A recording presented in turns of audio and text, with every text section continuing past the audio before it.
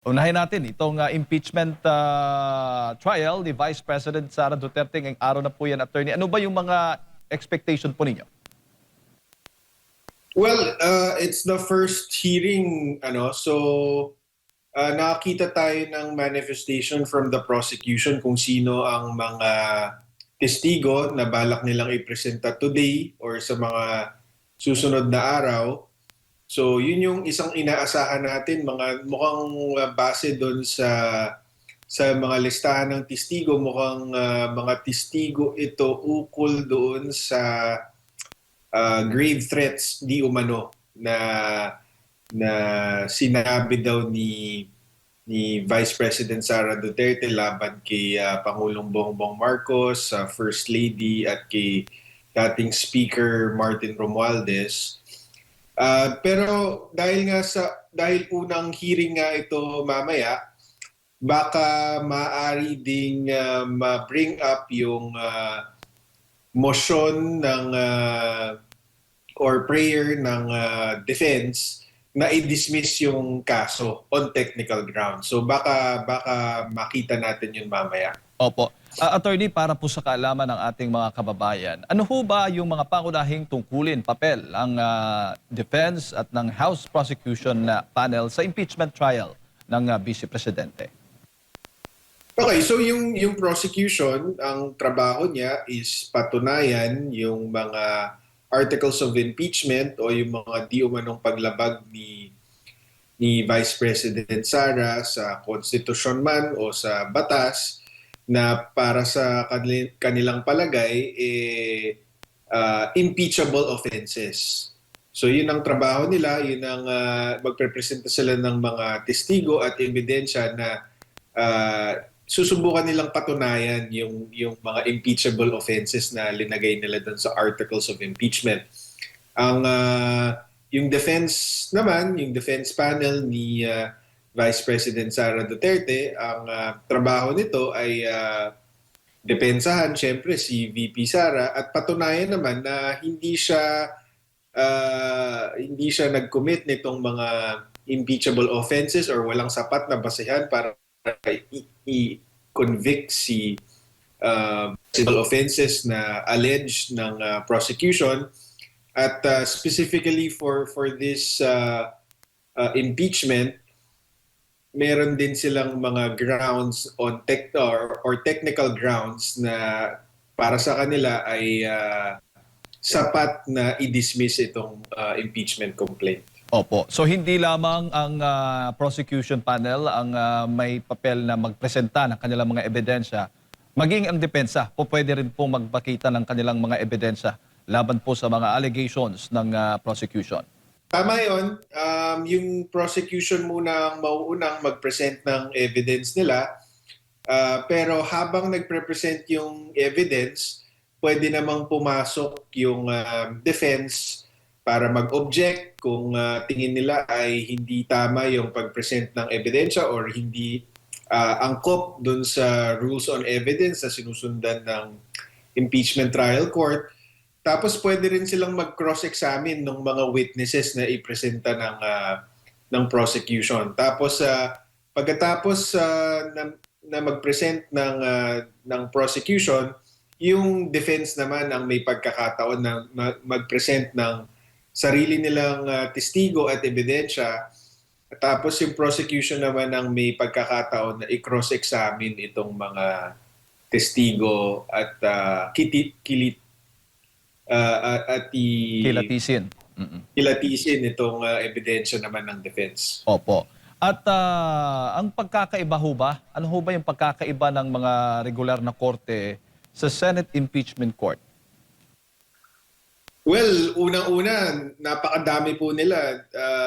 Normally, dapat sa Senate Impeachment Court, 24 dapat sila. Pero alam naman po natin na hindi available lahat ng ating mga senador. So, yun ang malaking pagkakaiba dahil sa normal na korte, isa lang ang judge. Pero dito, sa Supreme Court, meron kang 15. Sa Court of Appeals, pag in-division hearings, may 3. Sa Court of Tax Appeals, ganun din. Sa Sandigan Bayan, 3. Pero ito, we're talking about 20 plus senators, senator judges. Tapos, although pangkaraniwan naman sa Senate Impeachment Court na i-adopt yung rules of court or yung rules na kadalasan ginagamit sa regular courts, hindi rin natin may iwasan na tignan ito bilang hindi lang legal exercise but also a political exercise. Dahil although dapat sabi na nga din ng Supreme Court doon sa naunang impeachment complaint na dapat ang mga hakbang sa impeachment ay grounded on law, on jurisprudence, on due process, on the Constitution. It's also a political exercise. So numero din ang bilangan dito. So hindi ito purely legal exercise. Opo. At na-raise po yung issue na rin itong tatanong ko po sa inyo, kung po maaari hubang dalawang prosecutors ang mag-cross-examine doon sa witness sa impeachment trial. Parang may nakita po tayong ganong request, and hindi po ba? Sa akin magulo po yun na dalawa. Kasi sa regular courts, although pwedeng more than one ang abogado sa isang panig, kailangan pumili ng isang lawyer lamang na magprepresenta ng witness. Kasi napakagulo po nun kung dalawa. Opo. So, ako, tingin ko dyan dapat isa lang. Opo. Yung House prosecutor... For orderly procedure lang naman po. Yes, Hindi yes. naman for any other reason. Opo, yan din po yung naging tugon ng defense panel dahil para magkaroon nga ng kaayusan, ano? Hindi magulo ang dalawang magtatanong kasi sa regular na korte, talagang isa lang po lamang po talaga ang nagtatanong. Yan po yung madalas na sinasuggest po, ina-advise ng judge mismo ng court attorney.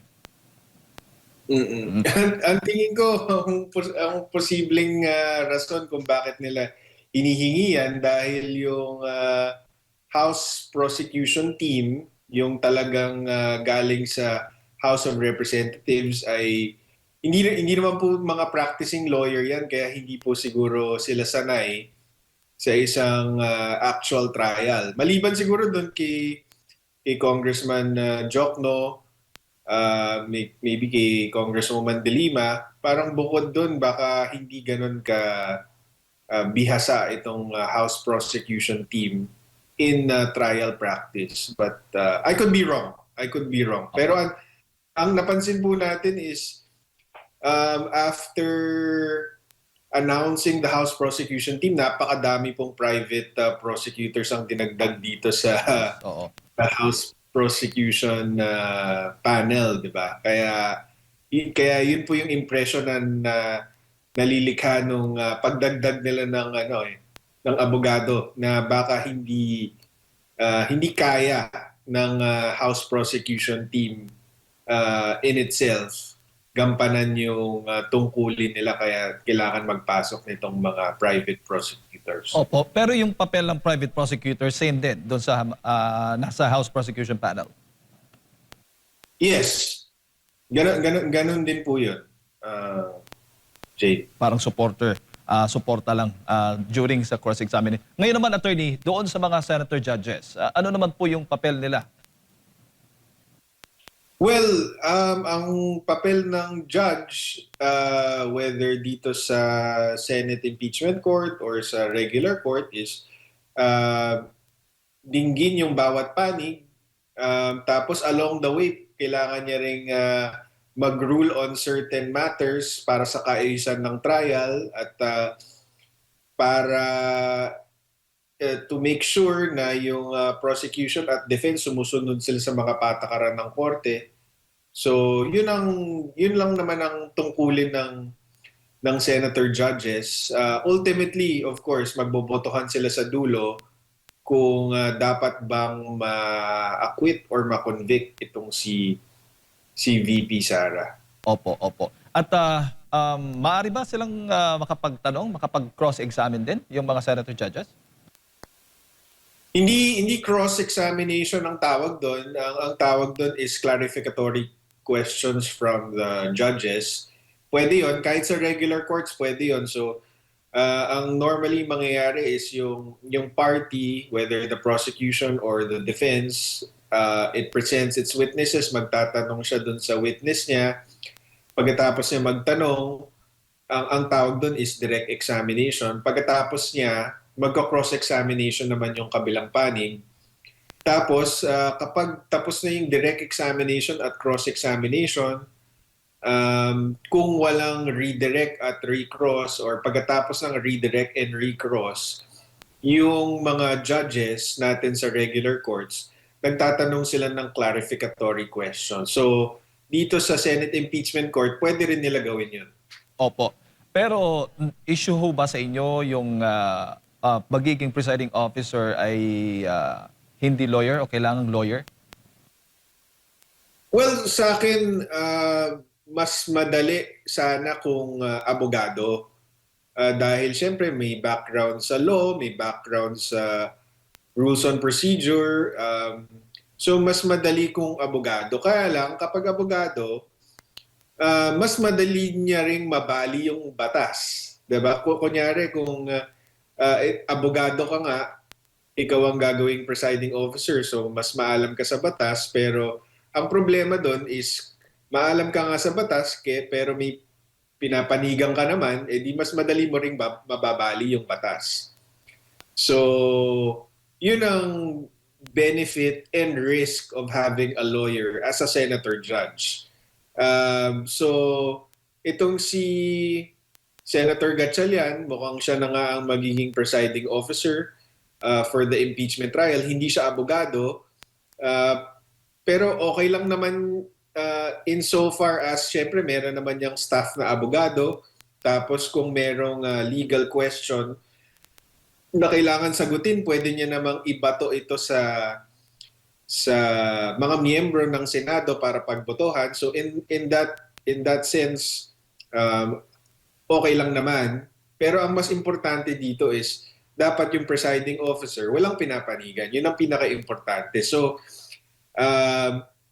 we're open-minded about Senator Gatchalian. Let's see kung magiging open-minded siya, magiging patas siya, magiging fair siya sa bawat panig. 'Di ba? Kasi yun nga yun ang pinaka-importante doon, na maging patas ka. Opo, opo. Kung sakaling ngayon sa pagpupulong po nila ngayong araw na ito, possible ho ba? Madali lang ba yung gawin na mag-raise po na isang resolution, aaprubahan nila na sa halip na si SP Sherwin Gatchalian yung magiging presiding officer, po pwede po silang pumili ng kahit sino mang senador, attorney? Tingin ko pwede naman, baka lang maantala lang yung proceedings kasi baka may kailangan pang notices na kailangan kasi aamyendahan nila yung rules ng Senate Impeachment Court. So tingin ko kung gagawin nilang papalitan nila yung presiding officer, ginawa na nila yan before mag-start itong first day of trial. So ang inaasahan natin, hindi na mapapalitan si Senator Gatchalian bilang presiding officer. Opo. Bago ko lang pasok kay Partner Admar, sa issue naman po ng pagiging neutral, sa tingin po ninyo, magiging neutral ho ba yung mga senator judges sa impeachment trial ni VP Sara? Well, sa Senate impeachment rules, Jade, nakasaad doon na yung senator judges natin kailangan mag-exercise ng political neutrality in fulfilling their functions as senator judges.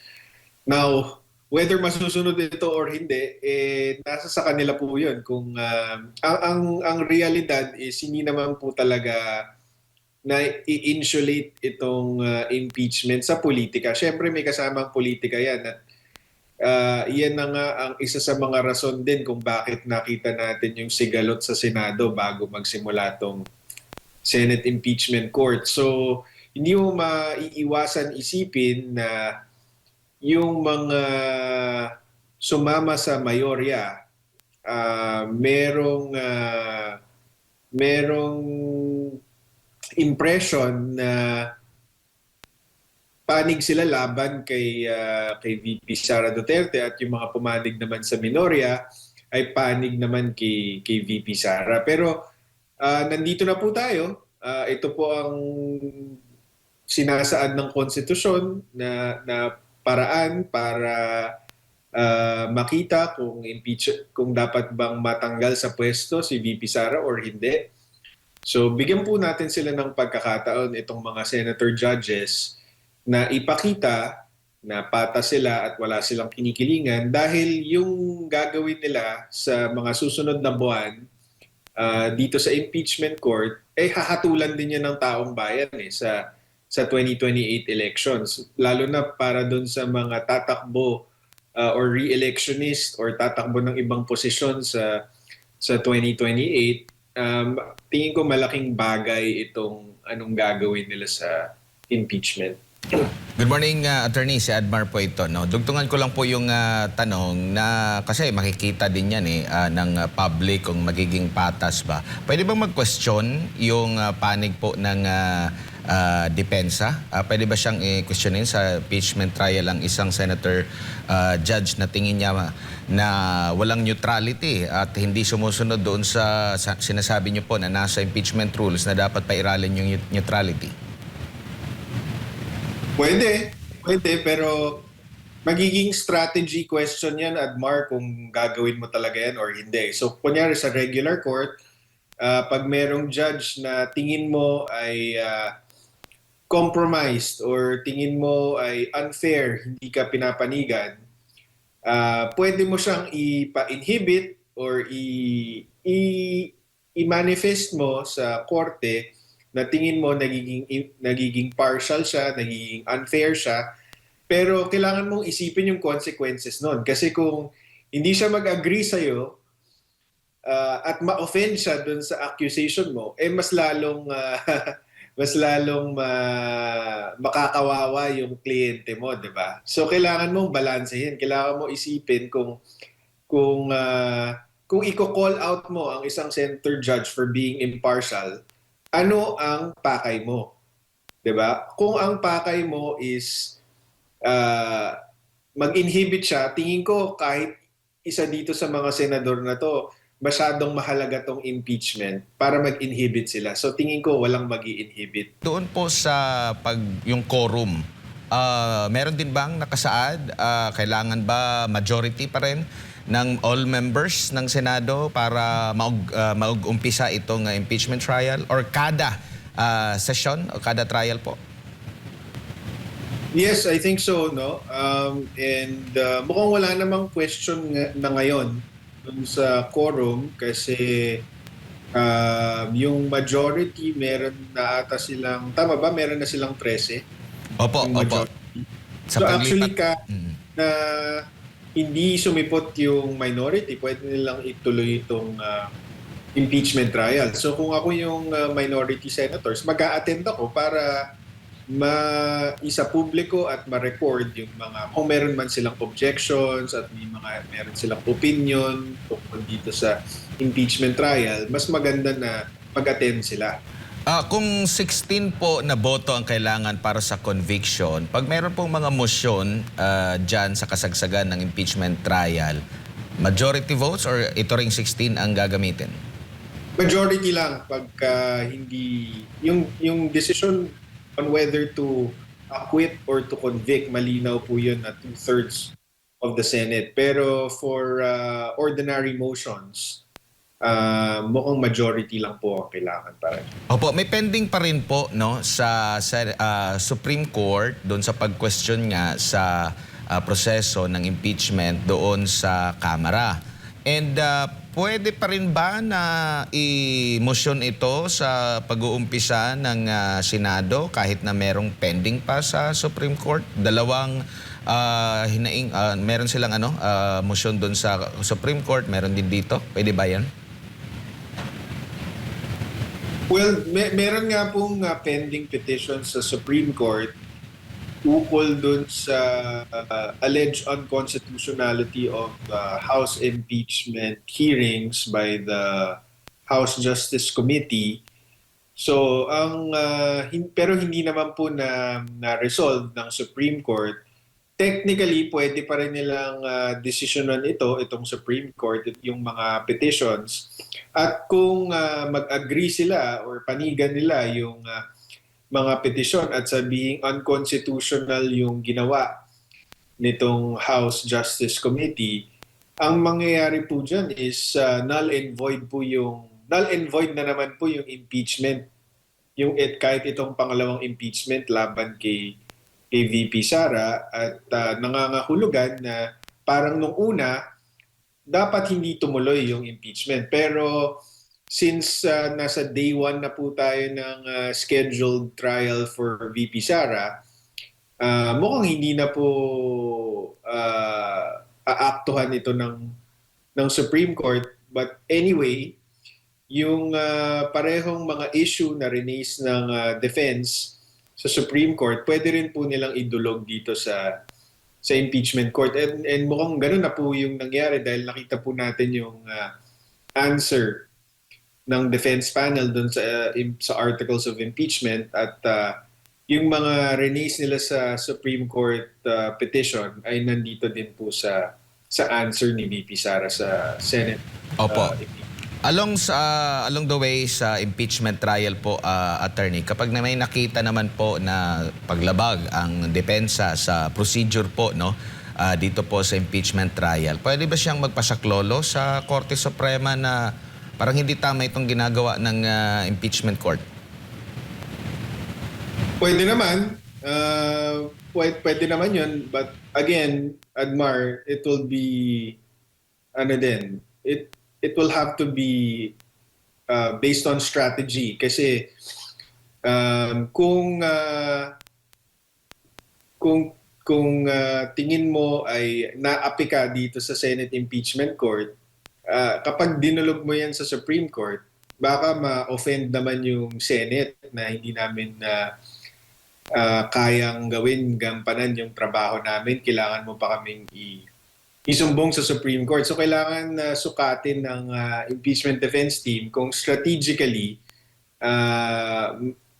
dapat bang iakyat pa sa Supreme Court or, 'di ba? They can just choose their battles, 'di ba? Kung hindi naman masyadong importanteng matter yung pinagtatalunan, baka pwedeng hindi na lang nila iakyat sa Supreme Court. Depende sa situation yan, Admar. Pero kung ang tanong mo is pwede ba silang umakyat? Pwede kasi pwede silang umakyat sa Supreme Court via certiorari based on grave abuse of discretion. Kung may grave abuse of discretion ang Senate Impeachment Court or ang mga senator judges, pwede silang umakyat sa Supreme Court.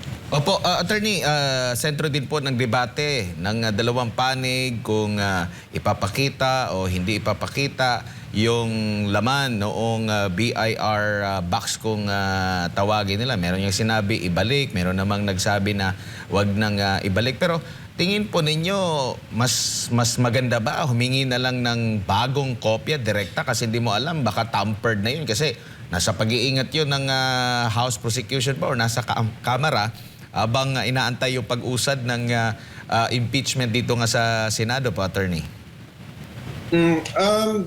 Sa pagkakaalam ko, nung sinil yung box na yan, meron namang signature ni BIR Commissioner Mendoza para makikita mo kung nabuksan yung BIR box ng walang pahintulot.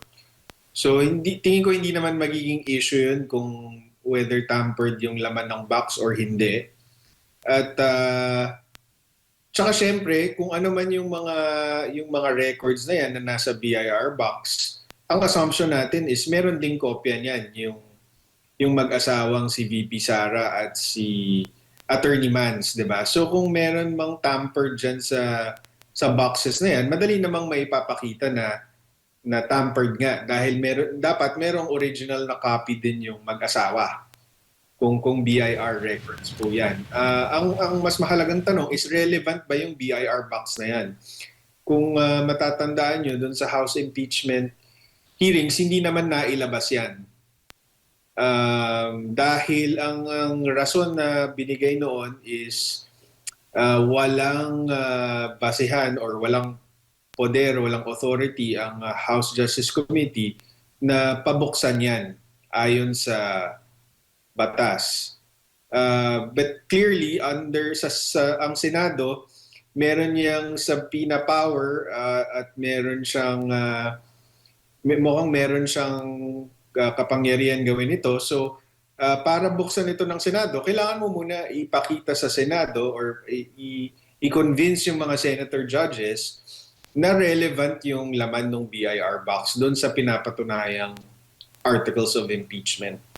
Opo, sa pagkakaalam niyo po, attorney, yung mga bawat senator judges ba obligado na dumalo or pwedeng hindi siya dadalo, nakamonitor lang siya, tapos during sa butuhan kung ano yung kanilang magiging hatol ay andun lang siya. Doon na siya boboto at magpapakita, attorney. Yeah, mukhang, siyempre, we want our senator judges to attend and to participate. Trabaho po nila yan. Pero hindi naman po sila mapipilit. Diba? Pwede.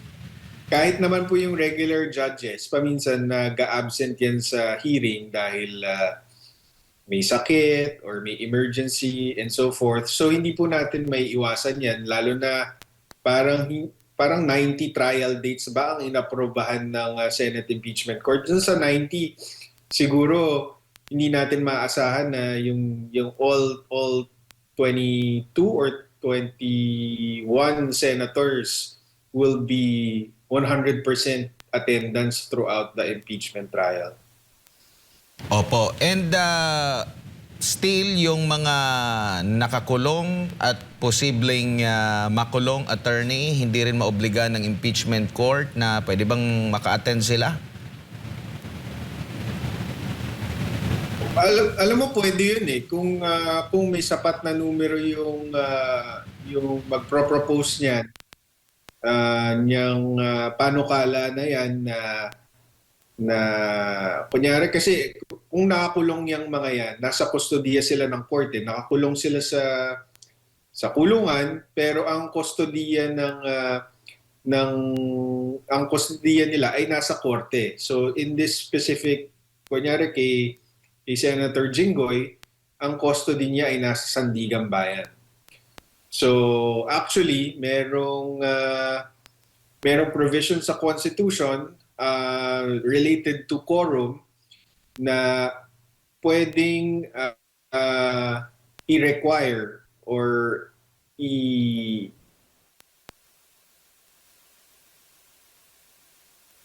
Opo. senator para mag-appear sa Opo. session. So meron silang kapangyarihan na gano'n. So theoretically, pwede nilang hingin sa Sandigan Bayan na pansamantalang dalin yung senador para makaboto dito sa Senate Impeachment Court kung kinakailangan. Pero number one, dapat dyan may sapat silang numero para mapasa yung motion. So dapat at least 13 ang bumoto para dyan. At pangalawa, Opo. preventively suspend siya for 90 days. So kung pasok sa suspension niya yung araw na pagbobotohan, mukhang hindi rin siya makakaboto kahit makakuha sila ng boto to bring him to the Senate. Opo, malaki po ba sa tingin nyo na kawalan? Kasi nakaamba pa rin yung posibilidad na maghain ng arrest warrant laban dito kay Senador Marcoleta. Gaano kalaki ang epekto nito lalo na sa pag-question sa mga ilalatag ng mga ebidensya na magkabilang panig, paghimay mismo during impeachment trial, attorney? Well, baka malaking bagay din kasi unang-una abogado si Senator Marcoleta, so baka mas nakakaintindi siya dito sa trial, dito sa proseso at doon sa rules on evidence. Pero nandiyan naman po si Senator Alan Peter Cayetano na isang abogado din at bihasa dito sa impeachment rules and sa rules of procedure. So baka hindi naman ganun kalaking kawalan. Kung dito lang sa grupo ng minority senators, pagkakataon to na kung wala si Senator Marcoleta, dapat may magse-step up, 'di ba? Hindi pwedeng tahimik lang, lalo na't isa sa mga miyembro nila na very vocal sa mga objections, sa mga nakikitang hindi pagsunod sa rules, hindi pagsunod sa batas, dapat may papalit sa kanya. Opo, huli na lang po, attorney, meron pong notice or itong pinadala ang impeachment court para sumipot si Vice President Sara Duterte sa unang araw. Linawin lang natin, baka magkakaroon na naman ng dramahan, no? Obligado ba ang pangalawang pangulo na dumalo sa unang araw ng impeachment trial kung pagbabasehan natin itong notice o summon na ipinadala po ng impeachment court, attorney? Malinaw naman dun sa notice na pwede siyang mag-appear in person or through counsel. So, pwede siyang i-represent ng kanyang abogado or kanyang mga abogado dito sa Senate Impeachment Court, dito sa trial. So, hindi siya obligadong pumunta. Ang tanong is, siguro ang tanong para sa kanya is, dapat ba talaga siyang pumunta? Or ano ang ma-achieve by her attending in person? Kung sa tingin niya wala namang maidadagdag ito sa kanyang depensa or makakaabala to sa mga duties niya bilang ikalawang pangulo, siguro hindi na siya kailangan mag-attend. Opo. Attorney, pahabol lamang, kung sakali man, maaari ho ba ang magmosyon ang depensa na i-dismiss yung articles of impeachment laban kay Vice President Sara Duterte dito nga sa impeachment trial niya? Pwede.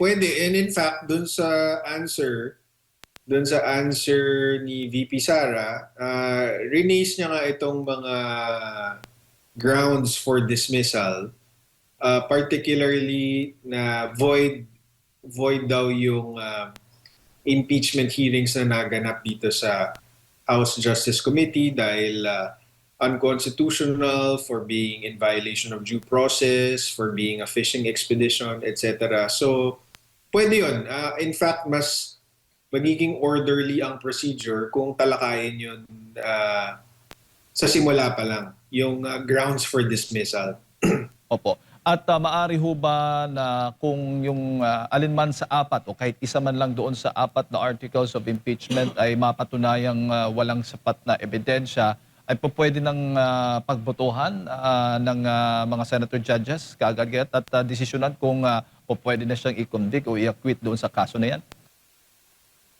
Well, dun sa Senate impeachment rules, ang nakasaad dun ay tatapusin muna lahat ng articles of impeachment bago magdesisyon. Pero pwedeng magkaroon ng pagkakataon na kung ang tingin ng prosecution ay na napatunayan na nila ang isang article na sapat na para makonvict si VP Sara, pwede nilang sabihin sa court na hindi na nila tatalakayin yung ibang articles at isasubmit na nila sa botohan itong articles na or article na tingin nila sapat na para sa conviction. Pero ang tingin ko, ang personal na opinion ko, hindi nila gagawin ito dahil number one, mahina naman yung lahat ng articles of impeachment para sa akin, mahina eh. Pero number two, tingin ko mas favorable sa prosecution na patagalin itong impeachment para maaraw-araw na naman nilang masiraan itong si VP Sara bago eleksyon. So kumbaga, kung hindi man nila ma-convict si VP Sara base sa ebidensya at base sa botohan ng Senate, nasiraan naman nila araw-araw for diba, 60 or 90 days si VP Sara bago mag-eleksyon. At dahil doon, baka mas humina si VP Sara sa 2028. Oo. So attorney, nasabi mo na mahina yung apat na articles of impeachment. Wala po kayong nakitang possible na loophole, na possible na magiging tagilid sa isang articles of impeachment itong si VP Sara? Para sa akin kung legal ang pinag-uusapan, strictly legal, hindi po papasa sa korte yung articles of impeachment at yung mga ebidensyang napakita na so far dun sa House impeachment hearing. Pero like I said, hindi lang ito legal, political din ito. So titignan natin ngayon kung anong mangyayari. Alright. Attorney, siguro yung huling mensahe para sa ating mga kababayan na nanonood po at nakikinig sa mga oras po ito. Bantayan lang po natin itong mga senator judges natin dito sa impeachment trial. Ako bilang isa sa mga abogado ni VP Sara pero hindi specifically dito sa impeachment. Ang opinion ko kasi dito is sa patas na labanan, walang sapat na ebidensya para i-convict si VP Sara. So kaya napaka-importante na itong mga senator judges natin ay maging patas at impartial. Dahil alam naman po natin na kung hindi impartial at hindi patas, kaya nilang gawin kung anong gusto nilang gawin. Kaya tayo bilang mga mamamayan, ang dapat nating bantayan is kung ano yung mga hakbang nitong mga galaw ng mga senator judges natin.